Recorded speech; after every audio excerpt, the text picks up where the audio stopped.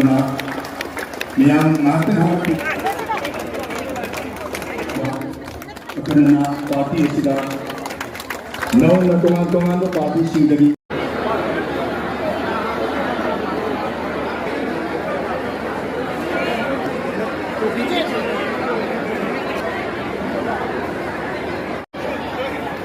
Hello, Block Congress Committee makada. Mikap thong si Kong Sang yang tidak mutahay ko committee sa amadi. Amu halak tu na. Ilan mak saruk kapanto ka dariba, saruk ko riba, seri marama.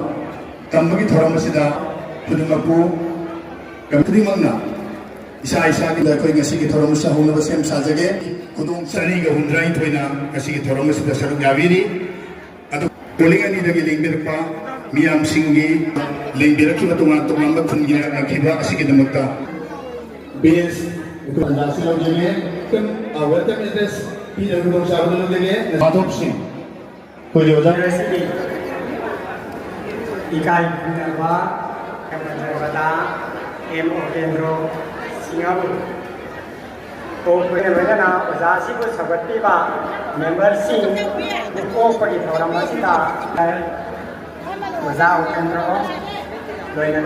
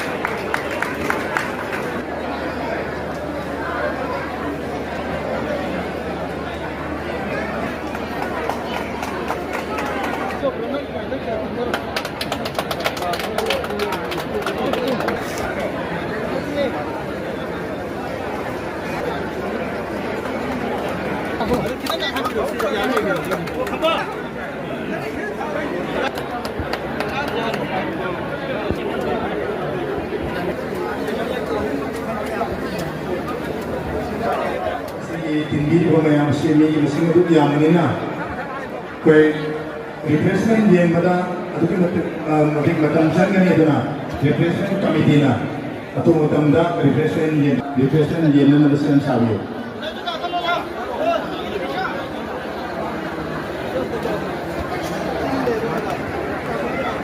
Kongsang se motor dah hari kali sini bercani kerja di kerja Ogiba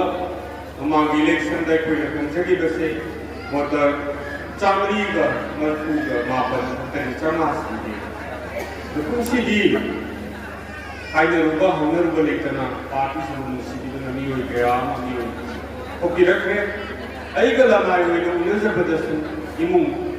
Chamaga Marfuni Pandi, when Elizabeth and Alicia and Aleke, Nasimasu, Nasi Toram Sida. Walau di Bengkulu sini ada cukup nenek orang lebih ada butuh bayi kan cukup kita tinggi dan cukup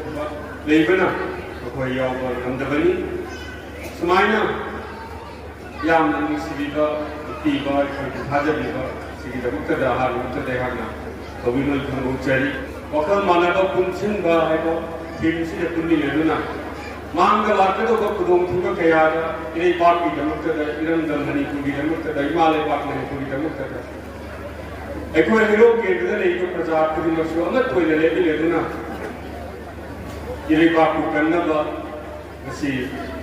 lani tu disi, jadi orang helat lani, kamal tu dekoi kari hai bah. Aku kita teri tu singa kerja, aku macam tarik kerja, hai tu mandi. Singa balai mesti dia gila lagi macam bah. Bharat di citizen nama ina, mungkin macam ina tu mungkin bau tu bani. ये भी वो BJP की सरकार से ना तो वही बात कुकी ने डिप्टी सीएम ताने डिप्टी सीएम में कुकी ने पीरे नगाने डिप्टी सीएम ताने नगाने डिप्टी सीएम में पीरे ना पूरा मीटिंग ये बात का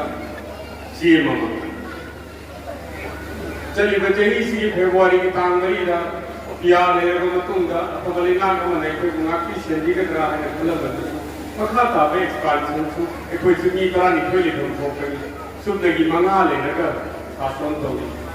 ꯅꯤꯡꯕ ꯊꯨꯡꯗꯕ ꯅꯤꯡꯕ ꯀꯥꯏꯕ ꯀꯌꯥ ꯑꯃ ꯃꯤꯌꯥꯝꯅ ꯊꯦꯡꯅꯔꯤ ꯉꯁꯤ ꯃꯤꯌꯥꯝꯅ ꯃꯇꯝ ꯁꯥꯡꯅꯗꯒꯤ ꯇꯥꯗꯨꯅ ꯂꯥꯛꯄ ꯍꯥꯏꯋꯦꯁꯤꯡꯗ ꯑꯩꯈꯣꯏꯅ ꯐꯥꯎꯗꯨꯅ ꯆꯠꯄꯒꯤ ꯈꯨꯗꯣꯡꯆꯥꯕ ꯂꯩꯇꯕ ꯕꯤꯍꯥꯔ ꯃꯇꯝꯗꯁꯨ ꯍꯥꯏꯔꯝꯃꯤ IDPꯁꯤꯡꯕꯨ ꯆꯠꯈꯤꯕ ꯃꯥꯔꯆꯀꯤ ꯍꯧꯈꯤꯕ ꯆꯍꯤꯒꯤ ꯗꯤꯁꯦꯝꯕꯔꯒꯤ ꯑꯔꯣꯏꯕ ꯐꯥꯎꯕꯗ ꯃꯁꯥꯒꯤ ꯃꯌꯨꯝꯗ ꯍꯟꯖꯟꯒꯅꯤ ꯑꯗꯨꯅ ꯑꯅꯧꯕ ꯁꯔꯀꯥꯔ ꯂꯥꯛꯏ ꯍꯧꯈꯤꯕ ꯃꯥꯔꯆ ꯐꯥꯎꯗ ꯃꯁꯥꯒꯤ ꯃꯌꯨꯝꯗ ꯍꯟꯖꯟꯒꯅꯤ ꯑꯗꯨꯅ ꯍꯟꯖꯟꯕꯗꯤ ꯂꯥꯏꯔꯗꯅ ꯉꯁꯤꯗꯤ ꯃꯩꯇꯩꯒ ꯀꯨꯀꯤꯒ ꯇꯧꯅꯔꯝꯕ ꯅꯠꯇꯅ ꯇꯥꯡꯈꯨꯜꯒ ꯀꯨꯀꯤꯒ ꯑꯃꯨꯛ ꯂꯥꯟ ꯇꯧꯔꯛꯄ ꯍꯧꯖꯤꯛꯅ ꯅꯥꯒꯥꯒ ꯀꯨꯀꯤꯒ ꯂꯥꯟ ꯑꯃꯨꯛ ꯇꯧꯔꯛꯄ ꯑꯃꯒ ꯆꯪꯅꯕ ꯌꯥꯗꯕ ꯃꯁꯤꯒꯤ ꯂꯥꯂꯣꯡ ꯁꯤꯜꯂꯤꯕꯁꯦ ꯆꯤꯡꯅꯕ ꯐꯥꯎꯔꯦ ꯑꯩꯈꯣꯏ ꯑꯀꯤꯕ ꯐꯥꯎꯏ ꯃꯗꯨꯅꯅꯤ ꯃꯁꯤ ꯚꯣꯠꯀꯤ ꯋꯥꯗꯤ ꯊꯝꯈ꯭ꯔꯁꯤ ꯂꯥꯞꯅ ꯊꯝꯈ꯭ꯔꯁꯤ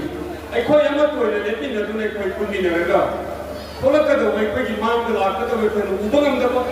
ꯉꯁꯤ ꯁꯦꯟꯇꯔꯗ ꯄꯥꯜꯂꯤꯕ ꯁꯔꯀꯥꯔꯁꯤꯒꯤ ꯋꯥꯈꯜꯂꯣꯟ ꯑꯩꯈꯣꯏ ꯈꯪꯕ ꯉꯝꯗꯦ ꯁ꯭ꯇꯦꯠꯁꯤꯗ ꯄꯥꯜꯂꯤꯕ ꯁꯔꯀꯥꯔꯁꯤꯒꯤ ꯋꯥꯈꯜꯂꯣꯟ ꯑꯩꯈꯣꯏ ꯈꯪꯕ ꯉꯝꯗꯦ ꯃꯈꯣꯏꯒꯤ ꯑꯣꯏꯕ ꯔꯣꯜ ꯃꯦꯞ ꯑꯃ ꯊꯝꯗꯨꯅ ꯂꯩꯕꯥꯛ ꯃꯤꯌꯥꯝꯁꯤꯒꯤ ꯁꯤ ꯇꯧꯅꯤ ꯃꯅꯤꯄꯨꯔꯒꯤꯗꯃꯛꯇꯗ ꯁꯤ ꯇꯧꯅꯤ ꯍꯥꯏꯕ ꯋꯥꯐꯝ ꯆꯤꯟꯗ ꯃꯉꯥꯅꯤ ꯈꯨꯠꯇ ꯑꯃ ꯇꯧꯏ ꯊꯕꯛ ꯎꯕ ꯑꯃꯗꯁꯨ ꯐꯪꯗꯦ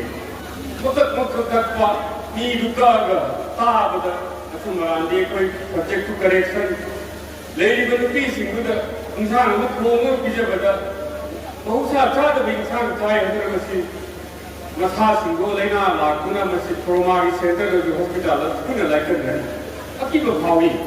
ꯆꯤꯡꯅꯕ ꯂꯩ ꯍ꯭ꯌꯨꯃꯦꯟ ꯐ꯭ꯂꯦꯁ ꯐꯥꯎꯕ ꯊꯣꯡꯗꯨꯅ ꯄꯤꯖꯔꯕ꯭ꯔꯥ ꯍꯥꯏꯕꯒꯤ ꯑꯀꯤꯕ ꯆꯤꯡꯅꯕ ꯑꯩꯈꯣꯏ ꯄꯨꯝꯅꯃꯛꯅ ꯐꯥꯎꯏ ꯑꯗꯨꯅ ꯁꯤꯒꯤ ꯐꯤꯕꯝ ꯌꯧꯔꯕ ꯐꯥꯎꯕꯁꯨ ꯉꯁꯤ ꯄꯥꯜꯂꯤꯕ ꯁꯔꯀꯥꯔꯗ ꯂꯩꯔꯤꯕ MLA ꯃꯤꯅꯤꯁꯇꯔꯁꯤꯡꯅ ꯊꯧꯅꯥ ꯑꯃꯠꯇ ꯎꯠꯂꯛꯇꯕ ꯀꯔꯤꯁꯨ ꯂꯩꯇꯕ CRPFꯀꯤ DGP ꯑꯃ ꯂꯥꯛꯑꯒ ꯅꯣꯡꯃꯩꯕꯨ ꯄꯥꯏꯔꯝꯕꯗꯤ ꯀꯥꯞꯄꯒ ꯍꯥꯜꯂꯣ ꯍꯥꯏꯕꯗ ꯀꯅꯥꯝꯇꯅ ꯃꯗꯨꯒꯤ ꯄꯥꯎꯈꯨꯝ ꯄꯤꯕ ꯉꯝꯗꯕ ꯑꯗꯨ ꯌꯥꯕ꯭ꯔꯥ ꯂꯣ ꯂꯩꯇꯕ꯭ꯔꯥ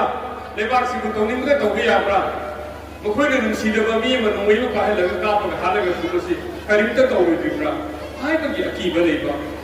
ꯇꯝꯄꯥꯛꯇ ꯂꯩꯔꯤꯕ ꯏꯆꯤꯜ ꯏꯅꯥꯎꯁꯤꯡ ꯂꯩꯕꯥꯛꯀꯤꯗꯃꯛꯇꯗ ꯂꯩꯕꯥꯛ ꯃꯅꯤꯄꯨꯔꯒꯤꯗꯃꯛꯇꯗ ꯉꯝꯈꯩꯒꯤꯗꯃꯛꯇꯗ ꯃꯅꯤꯄꯨꯔꯒꯤ ꯑꯄꯨꯟꯕ ꯁꯛꯇꯝ ꯉꯥꯛꯅꯕꯒꯤꯗꯃꯛꯇꯗ ꯃꯈꯨꯠꯇ ꯈꯨꯠꯂꯥꯏ ꯄꯥꯏꯗꯨꯅ ꯏꯔꯝꯗꯕꯨ ꯉꯥꯡꯕ ꯃꯌꯥꯝ ꯑꯃꯁꯨ ꯉꯁꯤꯗꯤ ꯂꯥꯎ ꯑꯩꯈꯣꯏ ꯈꯨꯠꯂꯥꯏ ꯊꯥꯗꯣꯛꯎ ꯑꯩꯈꯣꯏꯅ ꯇꯧꯅꯤ ꯑꯗꯨꯅ ꯇꯧꯏ ꯂꯧꯈꯠꯂꯤ ꯈꯨꯠꯂꯥꯏ ꯃꯌꯥꯝ ꯑꯃ ꯍꯟꯗꯅ ꯉꯁꯤꯗꯤ ꯑꯔꯥꯝꯕꯥꯏꯒꯤ ꯏꯆꯤꯜ ꯏꯅꯥꯎꯁꯤꯡ ꯐꯥꯕ ꯄꯨꯟꯕꯒꯤ ꯋꯥ ꯃꯌꯥꯝ ꯑꯃ ꯇꯥꯔꯛꯏ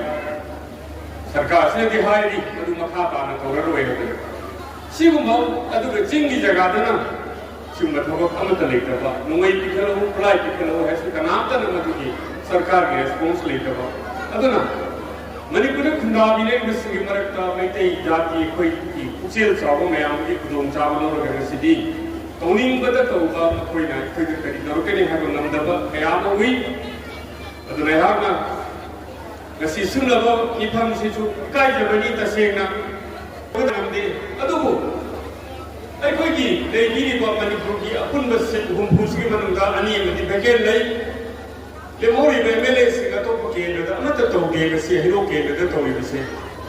ꯄꯥꯜꯂꯤꯕ ꯑꯩꯈꯣꯏꯒꯤ ꯀꯦꯟꯗ꯭ꯔꯁꯤꯒꯤ ꯃꯤꯍꯨꯠꯁꯤꯅ ꯆꯠꯇꯅ ꯐꯤ ꯄꯥꯏꯔꯒ ꯌꯥꯟꯗꯅ BJPꯗ ꯆꯪꯉꯦ BJPꯗ ꯆꯪꯉꯦ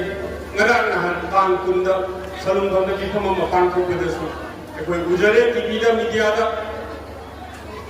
ꯑꯇꯣꯞꯄ ꯖꯒꯥꯗꯒꯤ ꯃꯤ ꯄꯨꯔꯒ ꯁꯂꯨꯡꯐꯝꯗ ꯁꯤꯞ ꯇꯧꯔꯦ ꯁꯤ ꯇꯧꯔꯦ इमुंग मसुक चंगी सी तौरे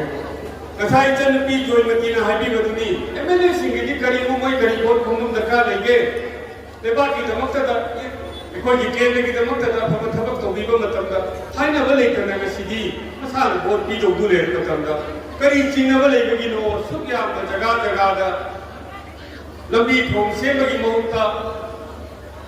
लेंयान यान बाइदने खोइना पामद्रबा नुंसीद्रबा खारबा BJP की थंबालुबो नमदने चमजरबा प्रजासिंदा यानसिन बिरिदुबो मधुबो मधुमंगा BJP ओने न लोबीदुब्रा सिने मना एखोगी लीडरसिंग की बारकसु ना को इंडिपेंडेंट बोले के दोरबरा नते मसी एखोनी तमजरिसिदी एखोगी पार्टी सिदा एखोगी लेरिबा फैटलिटी सिदा कुनमिनरगा कनमिनबो वखल मानबो कुनमिनबनी गदरंगसी खोंसांदा सेमली बसी कया प्रोजेक्ट मिकअप थोगसी खोंसां मियामी दमुकदाई सिगी प्रेसिडेंट से कोई खंजबी वदा संदे प्रेसिडेंट ओदीबरी मयाम से हान मतम मदे कोई कुनी नबा तदते गसी कोई लिंगिन दीरो मयामान ते छानो बचई तरा सिदा अइना लेबाक सिगी अइना केंद्र सिगी लंबी थोंग से में सी तौरे हाइ उपा ngandana leiraga ngasi khoi mang ne chali ko khonsang ge lambi se ngasi dagi ne chai tara ki mamanga tara ni khoi tara ko ki mamanga e khoi no miyam ki sewa to jeli ge ne semya ki ba kwala lo to adu dagi makha bu angang amana chai tara manga su de mai mo ke pa do na cha ma su le ko pha su chai tara he to pha ba lambi si bu kwala lo ta ka tham na ba nang ba de kamai to wi ayo na chalui khonsang ki praja sing lambi si sembi ho na अरे सरकार की पैसा लेके इस से चली नहीं यहाँ का सेम नहीं है निंथी बन सिबवा हमनी दब थंग बदल ले रिबा सिरी के सामने का चल रही से कोई मा ओपोजिशन नहीं कोई ये केंद्र के एमएलए से रूलिंग नहीं ये भी हो से कोई डेंगी देगी ना चरांग पाट फाव के चली बल्लभी को क्या आदर नुमाई के सिरी अधिक कोई ले कंगारिया की लंबी क्या आदर नुमाई के है वो केंद्र की करम बल्लभी अब भवन नुमाई के चल लेके सिद्धना तना नान सोन बंद पांखो को मीटिंग जुदा करी के नो बोले पी के तो सिने कोई को हुल्लग नामी री बचे भी री बा मागी लो सुकलई मागी फोल सुकलई करी आठ खंगे ऐसा से मियां की चही कुमुक सेवा तो बिजरनी लेकिन रे की बाबू में सुचही कुमुक सेवा तो बिजरनी ए कोई नहीं सरकार की तोरो चारनी होजी बागी सु पेंसिल फंगे ए की सु पेंसिल फंगे युम मचा में साबा इफोल खरत सेम साबा सुदी कोई तोलो चाबा मीना तो वो तो मैं खुद पेंसिल जो जे कई खर चावने फंगे तामनी गार बगी अदोम दा थोकना मालो लान की मतलब दा हाय चाहिए हम लान तो वो मतलब दा मार्क्स यार में बिली दे चल है निंग मतलब जो निंग थोलो थोपा अदु का करी मरी लेगी प्रजा करी मरी लेगी लान ननु दा मार्क्स चल रहे फुंगा लाख ब्रो ले रो खेल लाख ब्रो मालो दा बेंगी ने पेटी दा उखों सांग दा लोग से माइदा लाई लाके में आम खबी बना करो तो हम उसे खबी बना मसी ए मोंदा अयुता पिता ले गया हल मन करे चिना खर लाई तो कोई युवा में तमनिंग दे मैं आम दा याम ना हम तो था कर कोई को ngang bi rek ko to bi rek ko me am do ta ba do mai ke chaw ra ba ke de si man du khong sang se ani ko hero ke de man da chaw chaw se hero ni ma thang de sun khong ma thang du khong sang ma thang de sing mai ma thang nei ke ai ki khong ga ko le ma na te mu ga ma ni na ta na ka si di eng diu imung chahum da chamri da ai ki khong ga ko mai ki chang phang mayung ya chin ba ke ya thaduk tu na si mai ke si na thing ma tam phang mo hon se la ki ko ne ko ku ni thawai pi ba me am to mun ka ja roi apa ma na hoji mo phai na ta na hari pa sing tara tara ki gi ni khong sang da di ya khai bu pi ni har me imphal da di mla ma di hum pu yo re atop ma di hum dra ma thu su yo ki ni ai khoi bu sa na ko to na na te ya roi एक पद्धति लो river tax income में आपसे same होगा नारी शक्ति है वो तो लबा स्कीम में की मखादा तो ना आखिर सखन लेगी मुंसिंगा तो बाद सिंह तला की सिंह पी नहीं है बनी मणिपुर जो है ना ये लाख हम मखाइदा लेडी से हेरो के अंदर से कोई पी से सिंह तला उनका चली पाल न थोड़ी कोई ले तो पी से सिलो नो फंग तो सुनते तो पी के दबने इस को याद करके सिंह तला तो फंग मधु ही वफम तो कहता है दी यार ये पेन जगह तो मतलब ताने कोई फांसी ये व्यू एक कोई ना हेलो के लेसी तो नुपी लिसिंग तरह की कमिटी से अंदर है नुपी लिसिंग तरह रेडी ले रहे वैसी जो गुजरे खोंगसांगी ना से न्यू कमिटी की लाओ मियो उनको कॉपी हो साइड संजीत एक को सोचने को लिसिंग तरह हाजिर लगनी गर्म को पिछाड़गी वो कोई डॉक्टर का सु एक कोई ये फनक को तो मेरे फोन से रुपा करोड़ नहीं ऐ ने कागे तो वैसे लाख या खरीदेगी कोई रे सही तरह से मुझे करोड़ नहीं हो रहे जब तक मैं घर के दिन पीस में खाजा लगा होने लगा थोड़ा अना ये ना तो को मतलब तक किसी कोई लीज ले रहे मुझे कोई आई उन्हें से की तो मशीन में आप कोई इंग्लिश सही सा लेडी को मैं हमसे सीधी आई है गाड़ी दी को मैं आप दो सीधी मुंह चाल के बाद पूरी बात में सही सा आई सेटअप आई सिस्टम दा हापगा तो ने कोई बड़ी साधारण नहीं ये तो है वो को मत चाव मत ले रहे डायरेक्ट कनेक्ट कनेक्ट हो दो से ना तई तरह सीधे इस थाऊ दो परा में आप लोग पा है ऐसी यार सोई ने रिकॉर्ड से ऐसी भी है नते अत की तो नहीं तो भी बस से सागली में सिंह से कम्युनिकेशन गैप है बदिया तुगा मुसु एंटी इनकम्बेंसी है ना कोई ना लाख का से मत सारा कोई ना हम लोग बोले पद पो पंगांग तो किसी चाहिए कुंठा नहीं कोई सुधरना मचा मसरूम हो लेगी कि मतलब लाभ सारा मतलब नहीं ना कमाने है वो के इसलिए ये तुम्हें बहुत दबा अदो हेन फगद्रा अफबा मीनी अचो सांगनी सरकार की थबक से तोरमेना ये कुरगा ममिंग दोरबा नांग दोरबा सक दोरबा सक खरे हेन फजब्रा मान खंदेरुजु लो सिंग वनो युं कई वनो करम भाई खोंग सांगी मुंग करम मणिपुर की मुंग मत दई दई थबक हापी ये पैसा लो बले ब्रो ब्रो लेकिन अगर सुनी रुपा मत होंदे अरान थबक तोदे अफबा तो न दसे फतबा तोदे नसी लेडी सिदी कोडो कंदे लाथोपदे येमी याम तिलदी इलेक्शन की कोडो कंदे हे लाथोपिबा मतमदा नसी हापकनी एनपीएस हापकनी अतु हापकनी अता हापकनी पोजीशन नवोदय विद्यालय हैदन सलन फंदमा लाकनो ले भारत सरकार की नवोदय संगठन की मखाद तोबुदे मसदे थबक हापकनी कोंगलादु सीओ दे कोई भात तादे मणिपुर की चीफ मिनिस्टर सुंगमोय मणिपुर की एजुकेशन मिनिस्टर सुंगमोय बसे प्योरली सेंटर की थबक सिगम मतम जरोय सोमद कोइना मै मतम लौजरोय मुनुवाई कसी नान सु होगी बदा बेचीदा असिंग यामनो भी उबिरो बया खरे लापीरी तो लोरेन जीपी दगी लापीबा लेरों फेल जीपी दगी सिगोम संगमाई नेशनल काउंसिल एरिया दगी सरुम थोगी कसी हाइरो की लीडर खरे नतन त लाके एकोइने पाव हाइदी हे खारगा नान बेची दे पुन से हाइरो मैम लाग पुन मनी अगर कसी वाट की कमिटी की तंगाई फदबा पोलिंग यूनिट की यानी हम मनी मंगा तो पोलिंग ट्रा पेटी पुलिंग खुबे पलाकीबा पार्टी की प्रेसिडेंट नि मखादा सेक्रेटरी की प्रिंसिपल मखादा लाकीबा नतना अमत तारिबो लाके तो मसिदो मी तानबो की मतम दुनते एकोइ हुजिती अमत तोइने पुनसिन रगा मणिपुर सिंगर बखरी मुतगी थेंगदल हिमालय बाग मणिपुर गन्ना भवन बदा गसी की पांग ग्रबा हाइबताई पांग देन लोबी आय गसी मर पांग कया नि सुलै कोइ कुन बचै की वादते एकोइ विकप थोसी गसी खोंगसांग की प्रजाना एकोइ विकप थोसी हाइबा हैरो केंद्र की प्रजा खरमो से कोइ विकप थोकना अमत तोइबो फेप थोमी नदुना अपुन मणिपुर मा तुमसी चालना लैबो मणिपुर मा उपाय पुनः थमंबा मणिपुर सिबा मणिपुर लो लेयनबा कोई कोना मिलेसी है वो